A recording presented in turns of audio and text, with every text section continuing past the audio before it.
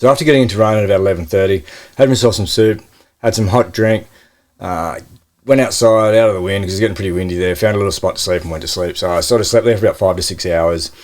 I got up, still pretty windy, so I packed my stuff up, went inside, had a hot cup of coffee, I think a hot chocolate.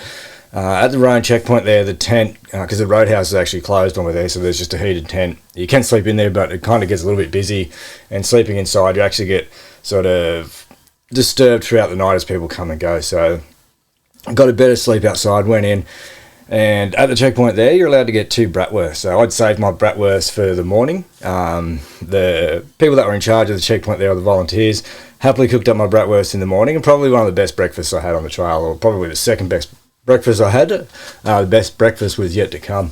So I had my brats. They were talking about some overflow on the river further up, so there was probably what they'd assessed at about 60 to 70 metres worth of overflow. That was about knee deep. So there was me, I think there was 2 other walkers and a couple bike racers that were kind of going over our options. Well, the option was we walked through it. There was no real option to it. But we decided to wait until it got a little bit lighter so we could get up there and assess the best way to get through so that we could look for the best crossing in the ice to try and minimise the chances of getting wet. So sort of as first light came, walked out onto the river. I'd kind of gone off a little bit earlier. Still a little bit windy, so the wind was blowing the polk around a little bit on the frozen river.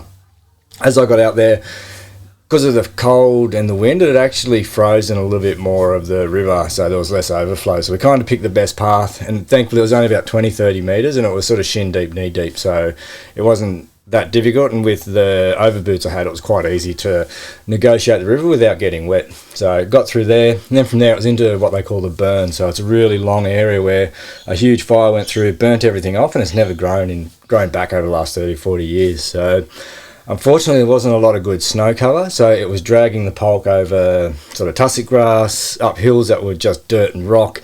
It wasn't very fast going, and it kind of got pretty punishing. So I ended up using a lot of energy trying to get through the burn, and then because of that, I'd use a lot of water, so I had to stop later on during the day, melt some snow earlier than I anticipated I would, restock or refill my thermos for hot water, had some food, and then got going again. So as it got later in the day, the wind dropped off and it actually got really nice. So I sort of found myself crossing a number of frozen lakes towards the end, on and off the river a little bit in a couple of lakes, and it was a really nice evening. So it kind of, the day ended up being pretty nice, or pretty good, and I was making reasonable time. I wasn't going as quick as I would like to have, but I was making pretty reasonable, because from Rohn to Nikolai, it's 70 odd miles, and there's nothing between there. Or there's a shelter cabin at around about 35 to 40 miles if you're able to get there. So at the rate I was going, I figured by midnight I probably would only get around 30 miles. So I was probably going to be around 10 miles short of the shelter cabin. So it wasn't worth pushing, because that's sort of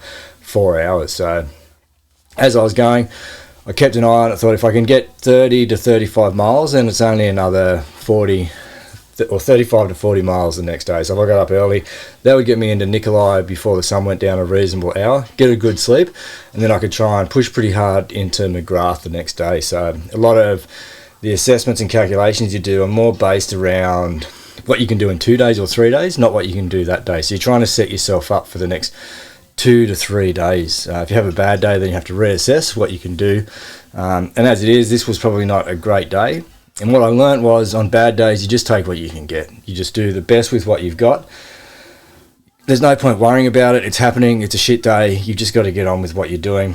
Make the most of what you can. And then when the good days come, you just sort of reap the benefits of those. So I was making pretty decent ground. I got through the burn.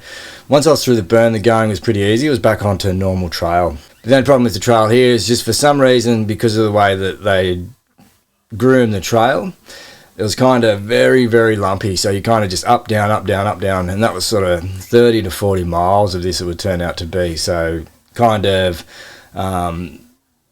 just a metre between each of these sort of lumps. The cyclists complained about it. The walkers complained about it. The mushers ended up complaining about it. Just made for a really uncomfortable period along the trail during this area. And it ended up being, as we went through the trail, this happened to be a lot. I happened to be present pretty much every time I went into a wooded areas from this point on. So in the opens it was nice and flat, and then when we're in the wooded areas it's just this kind of mogul type thing where you're just constantly going up and down, up and down. Because of the pulk I had, every time I went down the poles pushed the pulk into my back, and every time I went up you could feel it jerk as it slid back. I decided not to go with a rope through here because it was just going to be too punishing, and as I found out later on, with a rope it just was punishing. So I kind of kept going as it was, pushed into the night about midnight, found an area on the side of the trail where there was sort of some nice trees.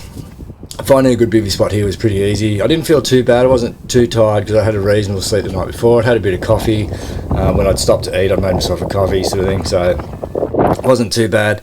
Made myself a nice bivvy spot and then kind of settled in for probably 4 to 5 hours sleep. So I figured I'd get a half decent sleep, get up early, get going, try and make it to Nikolai or push the rest of the distance to Nikolai, and then once I was there I'd get a better sleep inside the community centre that we were using at the village there. So overall not a bad day. I think I covered around about 32 miles, which is kind of around that 50 kilometre sort of thing. So not my biggest day, but when it comes down to how much effort you're putting in, it was a pretty standard day for effort, because I think I was set off around about 7-8 o'clock and finished up about midnight. So it's kind of about 14-15 hours worth of walking, which is pretty reasonable. At this stage of the race you probably do a little bit more, but just for what it was with the crossing of the overflow, that's just worked out to be the best way to tackle that problem. So overall not a bad day 5, and it's kind of setting me up for a pretty reasonable day 6.